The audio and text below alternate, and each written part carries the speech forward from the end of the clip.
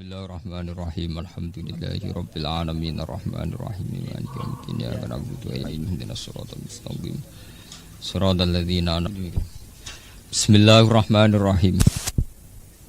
Niku sing innahu fakkara wa qaddar nggih. Bismillahirrahmanirrahim.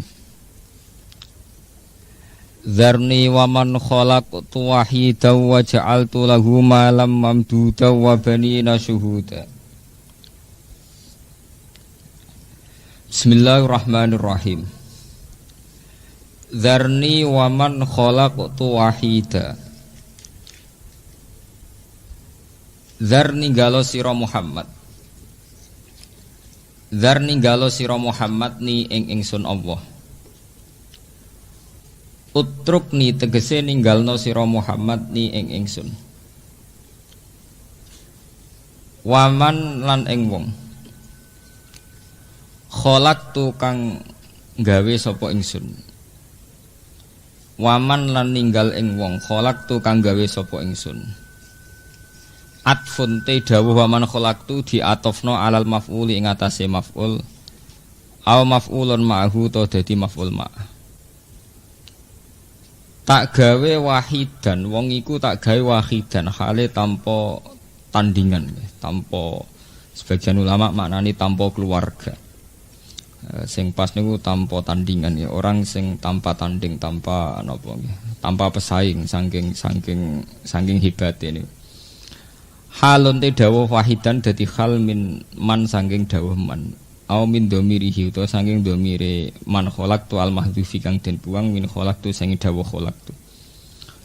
Aimun faridan tegese dhewean bila ahlin kelan tanpa ahli wala malin lan tanpa bondo. Wa teman niku Al-Walid bin Mughirah Al-Makhzumi. Wa ja'altu lan gawe sapa ingsun lahu maring man malan ing donya mamdudan ingkang den akeh-akehno utawa malan ing donya mamdudan ingkang luas. Ayawasi antekese ingkang luas. Muttasilan ingkang berkelanjutan minaz zuru'i sange pira-pira tanaman wa duru'i lan pira-pira puan, pira-pira susu.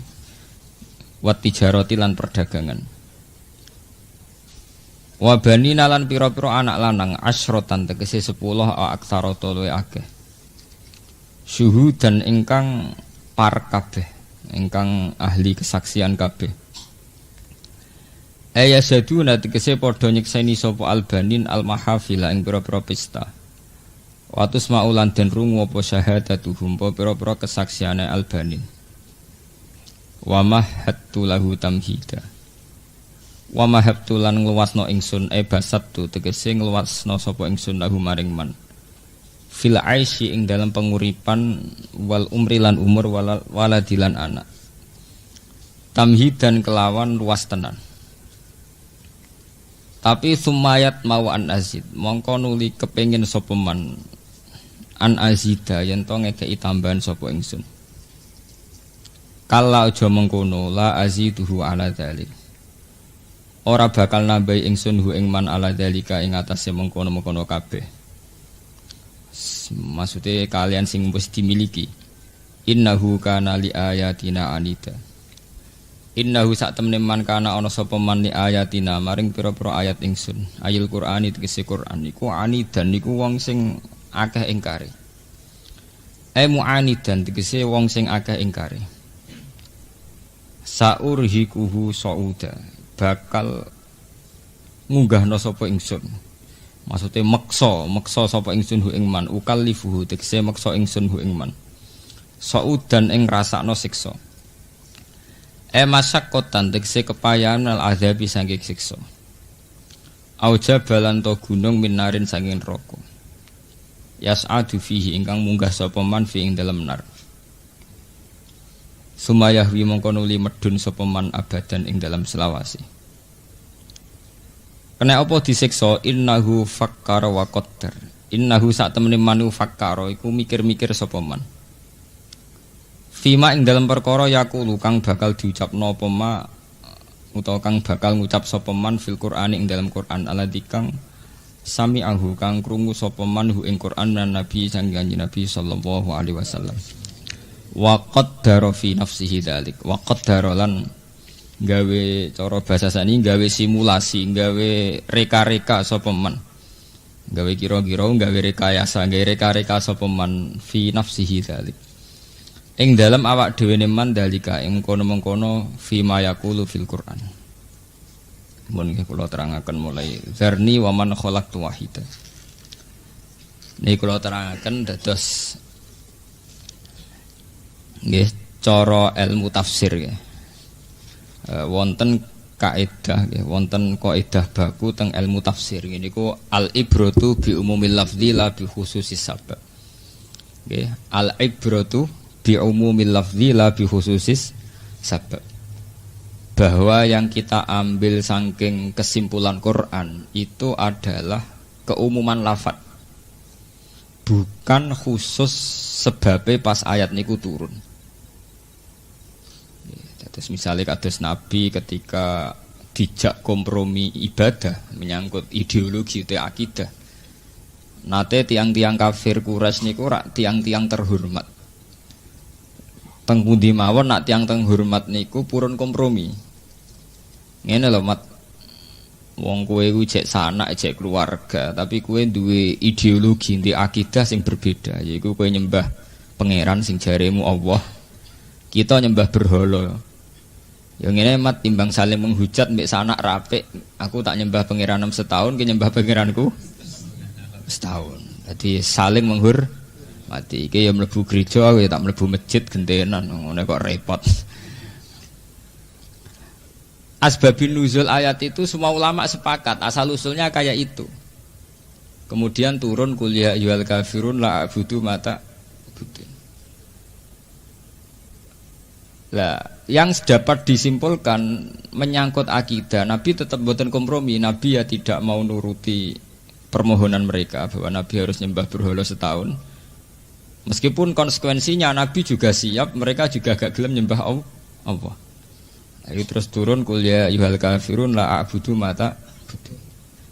Nah, balik tenggene al-ibratu bi umumil lafzi, bahwa kita ngambil kesimpulan Quran adalah sesuai nas umum nggih, atau dawuh umum teng Quran. Ya kita akan begitu. Kita secara akidah ndak akan kompromi. Kita ndak akan mau beribadah model Kristen atau model Yahudi, meskipun konsekuensinya mereka ndak perlu ibadah seperti kita. Meskipun asbabun nuzule utawi asbabul wurud ayat niku nggih tentang napa? Tentang wau peristiwa wau. Nggih sami begitu. Niku mun kaidah dasar nggih. Misale sing dikhitobi tahajud ke Kanjeng Nabi. Nggih wa minal laili fatahajjat bihi nafilatal lak. Fatahajjat itu khitobe mufrad. Mufrad kangge Kanjeng Nabi, mat kowe nak bengi tahajud. Ya, tapi karena sampai ada kaidah tadi sampai sekarang umat Islam kesunatan apa? Tahajud. Ya begitu terus ya. Jadi secara umum kaidah ilmu tafsir itu al-ibratu bi umumil lafzi la bi khususis sabab. Ya sakniki Allah cerita tenggene surat Muddatsir. Muhammad niku gadah musuh. Ya. Nabi kan surat Makkiyah, ngeling-eling surat niki termasuk Makkiyah. Dalam periode Mekah Nabi niku gadah musuh.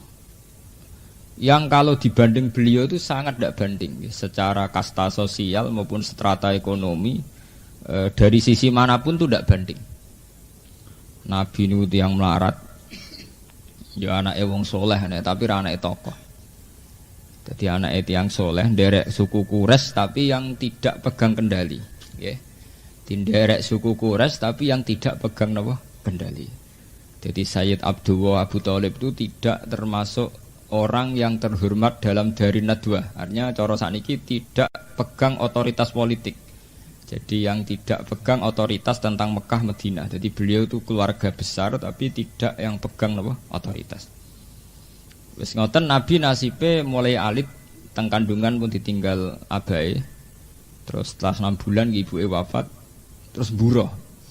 Nah, cara sakniki nderek Ibnu Abi Kapsah, terus derek tiang hanya sekedar untuk makan.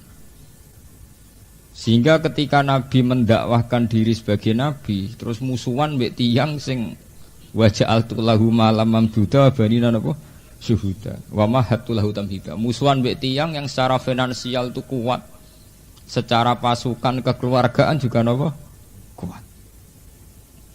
Lah karena ndak banding ini kata Allah zarni waman khalaqtu wahida. Mat iku ora usah tanggapi. Musom sing gak sebanding mbek kowe ora usah tanggapi. Iku urusanku. Maksudnya zarni waman khalaqtu napa? Wahida. Cara bahasa Jawa iku ora level mat, ora urusan, iku urusanku. Mergo cara sejarah ki mboten banding. Nggih, mergo sitok kere. Oh, itu. Musa wong sugih di pengaruh. Kadang tiyang sugih kan gak dipengaruh, iku sugih di pengaruh. Kanjeng Nabi latihan dadi nabi wis melarat gak di napa? Pengaruh. Sehingga kalian Allah dihibur dzarni wa man khalaqtu wahida wa ja'altu lahu malam mamduda. Nah, terus kelebihane musuh-musuh Nabi niku tesih gadah kelebihan di luar niku. Gini ku orang-orang terpelajar. Jadi Mekah nih ngaten kula cerita geografi Mekah. Mekah niku semenjak Nabi Ibrahim niku dibuka. Gini ku lewat Ismail ya. Lewat Ismail niku Mekah dibuka. Terus Nabi Ibrahim tiang Palestina. Kemudian dapat wahyu. Intine wahyu niku kan manggen tenggene budi Mekah. Ini sing disebut Robbi inni askantu min dzurriyyati biwadin ghairi dzar'in 'inda baitikal haram. Nabi Ibrahim secara realistis niku sadar Mekah itu tidak tempat yang pas. Karena nggih tandus. Karena Mekah niku tandus, Nabi Ibrahim donga kalian Allah supaya Mekah itu menarik. Menarik secara ekonomi. Sehingga karena menarik itu cara sakniki dadi kota wisata, jadi lintasan perdagangan. Nah, jadi Mekah ini ya enggak ada yang diekspor ya. Mestinya Mekah itu hanya importir. Karena negara tandus butuhnya ada makanan, ada pakaian. Mekah pengen ekspor obong tandus. Nah, tapi kersane pangeran Mekah adalah daya tarik. Wong waras sampai wong edan itu seneng kaji nih.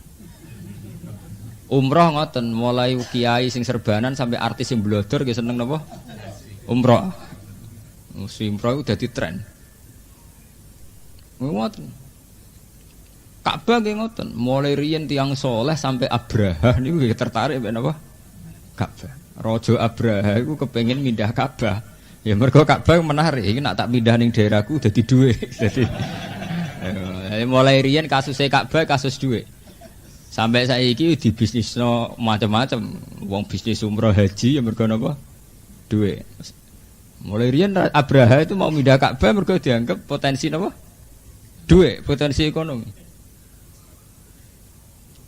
Di Ka'bah mulai riyen ku nasibe nu sial. Lho nggih tenan niku kula cerita setare. Sampai ketika Nabi Ismail, Nabi Ibrahim pertama latihan dadi nabi teng Mekah. Pas latihan dadi nabi niku proyek pertama napa? Antahira baitiya litaifina wal akifina war rukais Jaihim Ka'bah ku singkirno berhala-berhala pinggire Ka'bah singkir. Mergo wong kafir iku nggih berhala, nek arane pinggire Ka'bah gak marem. Dadi gawe sesajen, gawe lata, gawe hubal iku nek arane pinggire Ka'bah gak marem. Mulane pas Nabi Ibrahim dadi nabi ning Mekah, periode dakwah teng Mekah maksud kula. Niku rapot pertama, proyek pertama kan napa? Antahira baitalito. Sampeyan delok teng tafsir-tafsir, minal ausan, mergo ning kono disekelilingi bro. Jadi tekan wong nakal tertarik nggih mriku. Kedua, pertama Nabi Muhammad dadi nabi teng Mekah. 12 tahun ngantos 13 tahun teng Mekah niku ngilangno berhala king Ka'bah ora berhasil. Kok Abu Jahal senengane ya salat pinggire Ka'bah. Ya ning pinggire berhala-berhala niku. Abu Lahab wis seneng wiridan teng pinggire napa? Berhala. Mane Nabi dendam, cek dendam. Piye ngilangno berhala kok pinggire Ka'bah? Beliau tidak punya otoritas politik, wong keok.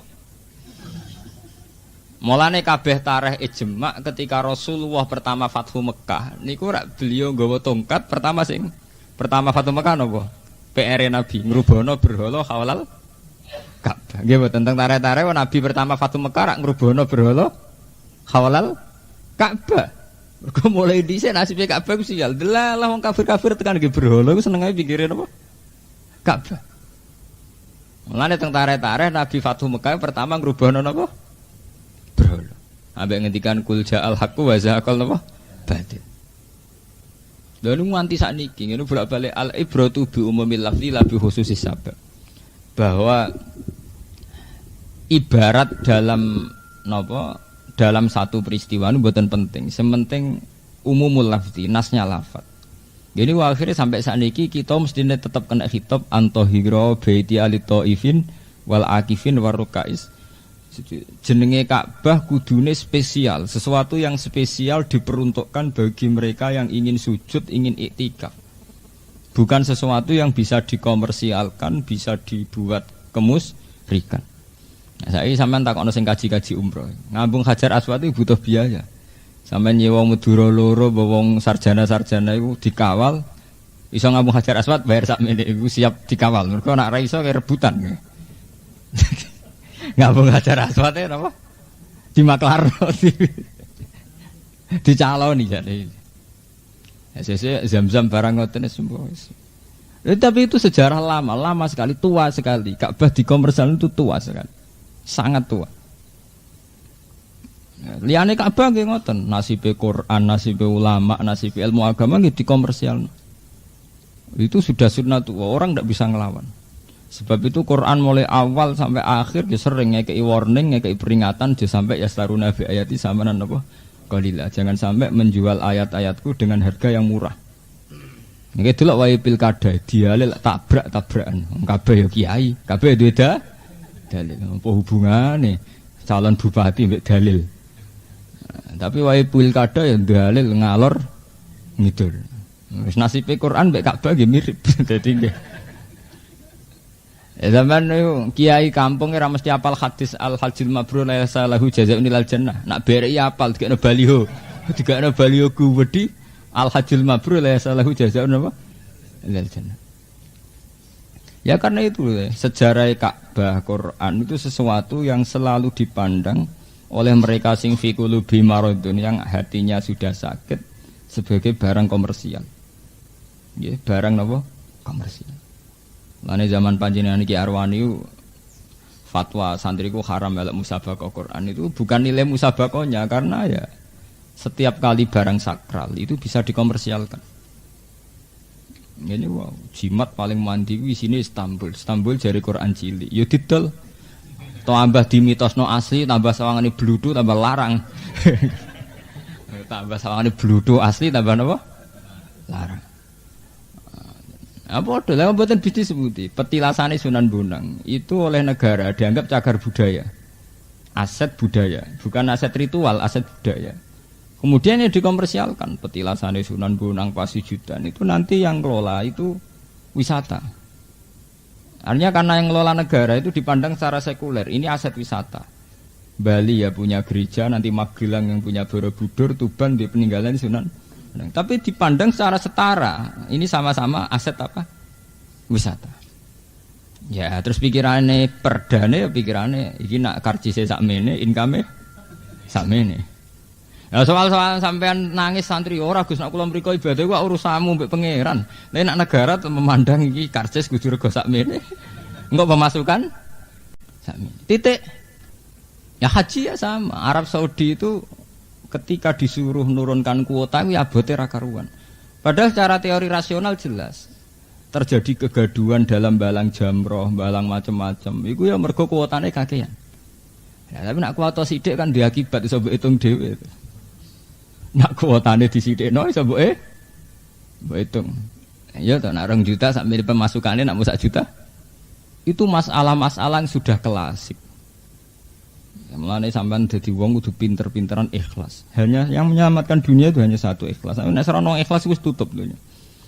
Tapi takrife ikhlas iku aja kaya wong-wong. Takrife ikhlas ikhlasul amal lillah. Nek iso ana amale lagi diikhlasno, ora kok ora ana amale ikhlas iku. Jadi kowe nek sing ngamal lagi napa? Diikhlasno. Misale kula sedekah ora ikhlas. Ora lumayan sedekah ora ikhlas timbang ra sedekah blas malah ra iso ikhlas blas. Wong syarat ikhlas sedekah sik lagi diikhlasno. Takrife ikhlas ku ngikhlasno amal. Lan ora ana amale ikhlasno napane? Pun kalau balik teng cerita niki tadi. Allah itu punya tradisi begitu ya. Jadi bahasa Zarni itu tradisinya Allah dalam menghadapi musuh-musuh Muhammad sing dianggap gak banding. Jadi ayat niki sami kalian tenggene surat liyane zarni wal mukadzibina ulin na'mati wa mahilhum qalila. Orang-orang sing kowe ra banding Muhammad iku urusanku. Ya termasuk ketika Nabi ngadepi tenggene perang Badar, perang Uhud, perang Khandaq. Ketika Nabi musuhe luweh akeh berlipat-lipat, misalnya Nabi namung 3.000 musuhe 11.000. Niku Allah nggih selalu ngendikan iku urusanku Muhammad. Kewajiban syariat perang-perang. Tapi soal teknis menang iku aku. Sampai wa ma ramaita idz ramaita walakinna Allaha rama. Hakikate kowe iku ora tau perang. Ora tau iso malang panah. Wong panah yo Mas ceketek. Panahe sahabat itu panah wong kere-kere. Musuh senjatane wong kafir canggih. Umpama Roma Muhammad tenan ya kalah. Mulane wa ma ramaita idz ramaita walakin Allaha Roma. Sing mari menang ora panam, sing ora mutu iku. Sing mari menang ya pengiran. Iku wis dadi sunnatullah. Lah sunnatullah begini itu pada ulama tertentu kados Abdul Hasan As-Sadali, Abu Yazid Al-Bustami, ulama-ulama dulu itu tertanam betul. Tertanam bahwa setiap punya musuh itu kontrak komitmen itu kepada Allah. Dan betul-betul kepada Allah, iktimat ala Allah, betul-betul hanya bersandar pada Allah. Lah kita ning zaman modern dadi kiai, dadi mujahid, dadi mubaligh. Itu sudah terlalu rasional. Wong musuhe rasional ke rasional, akhirnya kita mesti kalah karena kita tidak akan menang dari segi rasional. Lho nggih to nggih. Misale sampean kiai ning desa rata-rata kiai melarat. Wis melarat klunak-klunuk sing seneng kiai wong supek-supek tok. Timbang anake nang omah ngrameni mbok wis kono melok ngaji ning langgar sampe ning omah mbok niat ngaji mbok ora pokoke butuhe ra ning ora ning omah. Ngono ngaji mbok teleteni 3 tahun baru iku kerja ning kota ya silang asare ngaji ya napa? Hilang. Engko sing wis wong sugih seneng kiai ora milih kiai tanggane mergo isin kenal kiai desa, milih kiai sing luwih gedhe kan akeh. Dadi kiai ku lara kabeh. Sing seneng asli wong desa pas-pasan, ya anake kon ngaji mergo timbang ning omah ngrameni. Sing seneng kiai wong sugih, ndekne mau milih kiai tanggane, wong iso kiai sing luwih gedhe. Iya to, misale wong desa tanggam jenis seneng kiai, duwe mobil 3, kira-kira sing diswani kuwi apa kiai-kiai nduk? Kira-kira mesti kiai nduk to. Mergo dekne lha apa iso kenal kiai gedhe kok kenal kiai cilik. Padahal sakjane sing perlu santunan sing cilik. Artinya apa? Saat seorang ulama atau kiai tidak sangat dekat dengan Allah, itu akan tersiksa, sangat-sangat tersiksa. Ngadepi musuh ya bingung, ngadepi tanggung jawabnya ya bingung, karena kita tidak punya siapa-siapa. Kita hanya punya Allah. Di akhirnya uring-uringan. Ya mulane ciri utama kiai rong tok makom a'la itu uring-uringan. Ya karena itu tadi dia akan sering kecewa. Wong dikandani ra nurut. Padahal aku berjuang ikhlas tak omongi ra nurut. Akhirnya uring-uringan. Itu ke keliru, uring-uringan gitu. Kita ini jadi kiai itu plus akidah. Cara akidah pangeran kan inna huda Allah. Ya dimaya sa dilumai. Kita harus iman betul bahwa hidayat di tangan Allah. Bahwa anak tanggaku wong sing tak kandhani ora ngandel ya wis innal huda Allah. Sehingga kita ikatan kita dakwah ya karena Allah menyuruh kita napa? Dakwah. Tidak ada transaksional. Kita tidak berharap mereka iman sama Allah, iman sama Nabi itu enggak. Kalau itu yang kamu inginkan, kamu mudah kecewa. Karena mereka tentu tetap dalam kendali Allah, bukan kendali kita. Innal huda napa? Huda Allah. Nah, ketika demikian ya, dulu zaman Abdul Hasan As-Sadali itu sampai wonten Hizib Nasor, zaman Imam Ghazali ada Hizbul Ghazali, zaman Imam Nawawi juga ada Hizbun Nawawi, itu pernah mengalami tragedi-tragedi berhadapan-hadapan sama penguasa. Dulu Imam Nawawi itu pernah mau dipenjara sama penguasa saat itu. Imam Ghazali juga pernah, Ihya itu berkali-kali dibakar. Hasan As-Sadali juga sama. Tapi mereka orang-orang yang benar-benar iktibar sama zaman Rasulullah ngadepi tokoh-tokoh Quraisy. Gini ketika ada banding, nggih zarni wa man khalaqtu napa? Mereka bisa sendiri dengan Allah. Bisa nyaman iktimat Allah. Sehingga ya kayak itu tadi, kayak lafaz-lafaz di Hizib Nasr itu. Dengan segala keperkasaan musuh, beliau hanya nikmati maca wiridan-wiridan Hizib Nasr. Zaman Imam Ghazali ya Hizbul Ghazali. Imam Nawawi juga punya Hizbun Nawawi. Itu bukan nilai hizibnya, nilai iktimat ala Allah, tawakal ala Allah. Lah kalau sekarang kan enggak. Kita ini ngadepi musuh sing tidak religius, kita sendiri terlibat, ikut tertarik tidak religius. Ya sing akhirnya tauhid kita juga tercerabut. Misalnya sampean di musuh wong sugih, piye carane ngalahno wong sugih? Nah, aku kudu kancaran wong sugih, berarti kan keiktimat ke makhluk. Piye supaya ngalahno partai agama enggak? Ya partai kiai, tapi kok nek dadi partai ya ndak beda jauh gaya bangane, cuma beda sithik ngono. Itu masalah-masalah klasik. Ya itu tadi kita memang harus selalu iktimat Allah. Ini penting kalau aturaken teng mriki karena saat kita pakai teori rasional, pakai akal, iku kowe kalah. Mergo semenjak dulu mulai Nabi Ibrahim sampai Nabi Muhammad gak ada nabi yang menang ning musuh mergo nganggo teori akal iki mboten. Semulai riyen itarsalna alihim riha wa junudalam taruha maromaita idromaita walakin napa selalu melibatkan kekuatan alam, kekuatan Tuhan. Karena hitung-hitungan akal mesti kalah. Wong jumlah musuh ya ora banding. Jumlah pengaruh nggih mboten banding. Paham nggih? Mulane Kanjeng Nabi dihitopi dzarni waman khalaqtu wahida wa ja'altu lahu malam mamduda. Musuhmu iku duwe dhuwit sing akeh malam mamduda. Wa bani nasuda duwe pengaruh ning anak-anak sing kuat-kuat. Wa mahattu lahu tamhida, dia hartanya meluas kemana-mana. Ini kula peringataken teng jamaah mriki bahwa apa yang kita alami sekarang ya, misalnya sampean di perasaan wong Islam tertindas, kaum santri tertindas. Perasaan itu normal, sebagai kita mencintai umat Islam perasaan itu normal sekali. Tapi kamu jangan pernah berpikir bahwa Islam kalah. Islam tidak pernah kalah. Yang kalah itu perasaan jenengan. Misalnya begini sekarang. Islam zaman Pak Karno. Ketika Pak Karno bikin Nasakom, perasaan kita ini kayak dilecehkan. Karena Pak Karno ngakui komunisme. Mengakui paham apa? Komunis. Ketika era Pak Harto, wong Islam perasaannya kalah. Mergo jari sing jabat Murdani Sudomo.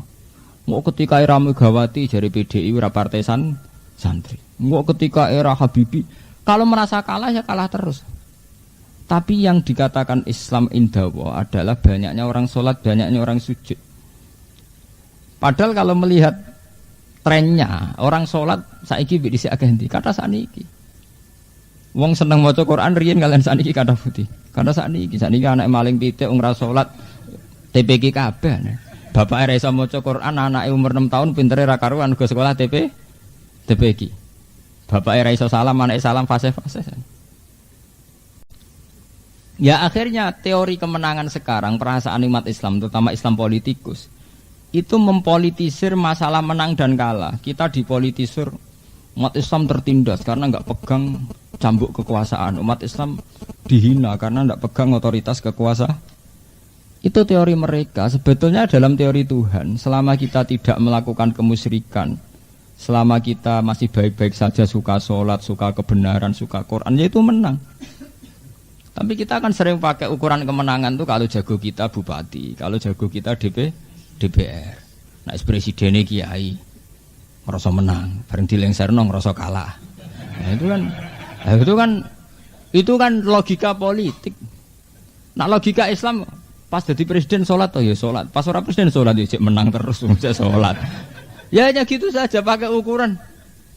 Lha mergo sing diarani Islam ya bunyal Islam ala khamsin syahadati alla ilaha illallah wa anna muhammadar rasulullah wa iqamis shalat wa itais. Ora ana hadis bunyal Islam ala khamsin nasbil imam. Iku akal-akale akidah sing wis setengah politik. Tapi ning hadis ora ana bunyal Islam ala khamsin pokoke maca syahadat wa iqamis shalat wa itais.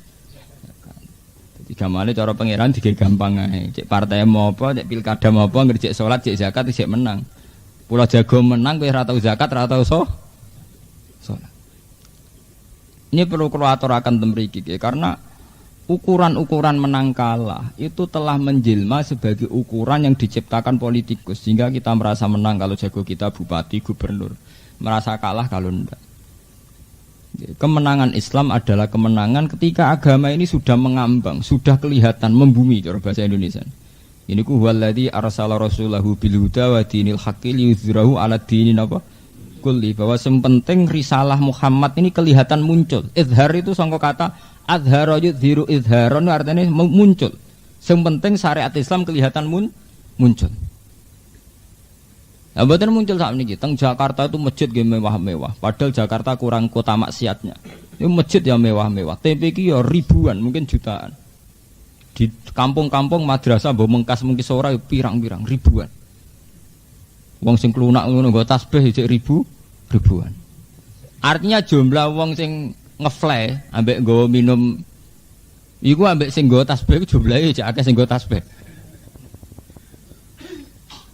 Makanya ukurannya menang cara pengira sederhana, yaitu tadi sementing liyuzhirahu 'ala dini kulli. Agama sudah izhar, sudah kelihatan. Ya, tapi itu tadi kita merasa kecewa karena pakai ukuran sendiri. Ya, nah ini mulane perlu diwaca dzarni wa man khalaqtu wahida. Mat wong-wong sing musuhe kowe iku urusanku. Sementing urusan adalah tabligh. Akhirnya tenan. Nabi tidak pernah secara politik benar-benar menguasai Mekah. Tapi Nabi saged menguasai qulubud du'afa. Mendapat simpati dari khalayak ramai. Orang-orang yang merasa tertindas, tersingkirkan itu simpati semua sama Rasulullah. Sehingga Nabi saat itu sudah merasa menang. Nabi saat itu sudah merasa menang karena para tokoh-tokoh, para du'afa, para mustadafin sudah simpati sama beliau. Lah ketika mereka simpati mbek Nabi ora dijak liya nggih kecuali disak sujud ning gone Allah. Gini ku sing disebut ning gone Quran di bulan Bali ini fafirru ilallah wa man ahsanu qalam mimman da'a ilallah. Ketika mereka sudah loyal sama Nabi, Nabi sebagai Nabi ngetokno Nabi ini. Gini ku wa man ahsanu qalam mimman da'a ilallah. Terus diajak ilallah, diajak menuju Tuhan. Lho ini perlu kula terangaken teng mriki. Ya sudah diajak ke Allah saja, itu saja titik. Nah, tapi kemudian ada ilmu yang saya tidak sependapat. Kemudian kemenangan orang Islam ditanggali setelah Nabi Fathu Mekah. Ini kula mboten sependapat. Akhirnya wong Islam saiki itu, terutama banyak tokoh-tokoh politik yang membuat sistem kemenangan adalah sausé nalokno lawan. Iku tanggal kemenangan wong Islam dihitung bata Fathu Mekah. Di mana digambarkan Nabi secara de facto itu presiden Medina, presiden Mekah. Dan digambarkan orang kafir azillah sudah hina semua. Ya akhirnya itu tadi cara kula itu salah. Kemenangan seorang nabi adalah keberhasilan menciptakan Islam atau membumikan Islam di bumi. Cara bahasa saya ini mempopulerkan Islam, bukan diukur zaman Nabi Fathu Mekah. Cara kula Nabi Fathu Mekah ora Fathu Mekah wis menang ketika Nabi berhasil nyolatno wong, Nabi berhasil mentauhidno wong wis menang. Cek secara politik menang cek kalah. Lah nek kowe ngitung menangi Nabi bata Fathu Mekah berarti Nabi zaman nenggone Mekah ora sukses ya. Padahal dasar-dasar agama diciptakan beliau zaman teng Mekah. Berarti kedaran Nabi-Nabi Yahya Nabi gak sukses, mergo matine terbunuh. Lah nek kowe nganggo tirai ku banyak Nabi yang gagal. Nggih to, rata-rata Nabi ku gak happy ending, rata-rata kalah mereka. Nganti kabudut itu ya ora pengaruh. Rata-rata Nabi nganti kabundut itu sukses ta ora? Ora sukses. Kalau kamu ukur pakai sampai menjelma jadi presiden atau sampai jadi penguasa. Jadi cara kula Fathu Mekah itu diantara peristiwa penting yang dialami Rasulullah titik. Tapi jangan pernah itu kamu anggap ukuran bahwa Nabi sukses setelah menguasai apa? Mekah. Mergo nak ukuran ini kamu ciptakan, nanti kowe ngukur kiai sukses nek dadi DPR atau dadi bupati, mergo dianggap diotori. Kiai sukses adalah kiai yang hidupnya itu da'a ilallah, dia sendiri amila sholihah wa qala innani minal sudah, cara Quran orang sukses adalah orang terbaik, waman ahsanu qolan, orang terbaik adalah da'a ilallah, sing di mental tabligh da'a ilallah. Selain da'a ilallah ngajak-ngajak ning Allah, dia sendiri berperilaku baik wa amilan apa? Sholihah. Wa qala innani minal muslimin, dan dia orang yang Islamnya baik, berserah diri. Titik. Nah, ini kalau aturakan, mereka saat ini Islam Indonesia, Islam politik kabeh. Kuyai melok pilkada kabeh, melok partai kabeh. Ukuran menang kalah, jagone menang atau kalah. Itu ukuran yang diciptakan dunia politik. Dunia politik tentu membuat ukuran menang kalah itu karek dadi ta ora. Tapi mosok Islam kon nganggo takrif menang kalah nganggo dunia politik. Nah cara Islam ke mati syahid, ke perang mati syahid. Cara Islam ya menang. Iskariman umut napa syahidan. Sing darani kalah nek kowe dadi munafik utawa dadi lari saka musuh iku sing darani kalah. Lha nggih to, sampean perang mbek Abu Jahal to mbek wong kafir. Kowe mati iku cara Islam ra kalah. Sing darani kalah nek kowe pengecut utawa dadi munafik to malah. Nah. Lah nek cara ukuran politik tentu perang tanding kalah mati darani kalah. Kowe wani darani sahabat berarti sing mati-mati iku sahabat kalah kabeh. Mana jogeman, melok bintu-bintu jogeman. Sing bintu ben bintu, sing ora usah bintu aja melok-melok napa? Bintu. Mana bener nasihat Quran wala takunanna minal jahilin, aja melok-melok bintu. Engko iku bintu, nggih ukuran menang kalah kok nganggo ngono. Iku kan kedhikte mbek ukuran politik. Ukuran politik menang kalah tentu diukur jadi bupati atau presiden atau gubernur. Ya sama ukuran ekonomi ya gitu. Menang kalah diukur di bis piro, duwe aset piro, duwe saham. Tapi masa Islam pakai ukuran itu? Ana wong dadi buruh, selawase buruh, tapi dia iman billah kaya Bilal. Ya cara Islam dianggap wong menang karena dia sukses mempertahankan iman. Bilal, Ammar, Suhaib. Dulu Rabi Adawiyah juga seorang amat, dianggap sukses, dia menang cara Islam. Karena dia berhasil mengendalikan nafsu, berhasil jadi orang soleh. Memang kaya nggak dilarang Islam itu enggak. Orang jabat juga nggak dilarang Islam enggak. Tapi jangan pernah itu jadikan ukuran menang atau kalah. Nauzubillah min syarri dzalik. Kalau kita sudah pakai ukuran itu tuh kita kapitalis. Kita terjebak pikiran-pikiran modern yang menyesatkan. Jadi cara kowe kok kowe pacaran, mbok kasil rabi mbok ora gak nganti zina iku menang cara Islam. Nah, kalau kasil rabi tapi bar kecelakaan yo kalah jenenge. Lho Islam tetep pakai ukuran taat atau maksiat. Ini penting kalau aturaken teng mriki karena kita ini sudah terjebak ukuran-ukuran yang salah. Nggih, pakai mizan, tidak pakai mizanus syar'i, tapi sudah pakai ukuran-ukuran yang diciptakan manusia. Ini misalnya Pulau Jeeling zaman Muhammad Pasuruan Sugeng. Ini kan secara finansial ya kaya, beliau punya Mercy diberi orang atau apalah, pokoknya banyak lah, secara finansial itu banyak.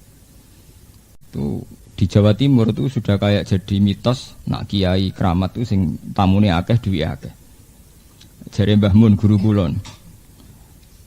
Nak wong Islam wis dadi ngene iki ku awal laknat. Mergo ngukur wali ku nak sugih ta ora sugih. Dadi ngukur wali tamune akeh mbek ra tamune akeh. Nah terus kapan wali sing wong sing takwa mbek Allah? Ya seperti itu. Itu kan ukuran kebodohan. Kita memang yakin kayak Kiai Hamid Pasuruan, Kiai Hamid Kajuran, Kiai wali-wali itu memang wali betul. Tapi selalu tahu-tahu kita terjebak ana setane liwat. Ngukur wali delok dhuwit teko dhewe. Delok le mobil teko. Sehingga lama-lama kita pakai ukuran itu. Tidak pakai ukuran kesalian pribadi, misalnya istiqomahnya jamaah subuh utawa istiqomah wiridan hatta mletheke srengenge utawa hatta surupe srengenge. Tahu-tahu kita terjebak pakai ukuran tamune teko dhewe dhuwit teko. Nah, lama-lama kita tidak pakai ukuran spiritual, misalnya itu tadi nak wiridan subuh nganti tulus samsi, nak wiridan ngasar nganti tulus hurufus samsi sampai surupe napa srengenge. Ini penting kalau aturaken mriki. Lama-lama kita akhirnya kapitalis. Mandang kiai sukses ya gitu. Beliau dekat dengan presiden, beliau penasihat bupati. Ya itu kan rahmat. Ya kita nggak mungkiri itu rahmat. Kita punya uang rahmat, kita penasihat bupati rahmat. Tapi kalau itu jadi ukuran kesalehan, itu kecelakaan. Ya. Mulane tenggene tradisi kita ini banyak yang jahiliyah itu tadi. Ngelem wali tapi ngeledak jebule ngelem donyane. Itu tadi kita sering pakai ukuran sing diciptakan orang awam. Delok le wong iku keramat dhuwit teko dhewe. Dhuwit teko dhewe cek ora colok ora penting. Cara Islam ukuran teko dhewe itu hukume piye? Halal apa haram? Nek dhuwite akeh wajibane piye? Zakat apa sedekah kan jelas. Cara Islam cara kula ngukure kan gampang. Bukan terus itu jadi napa ukuran.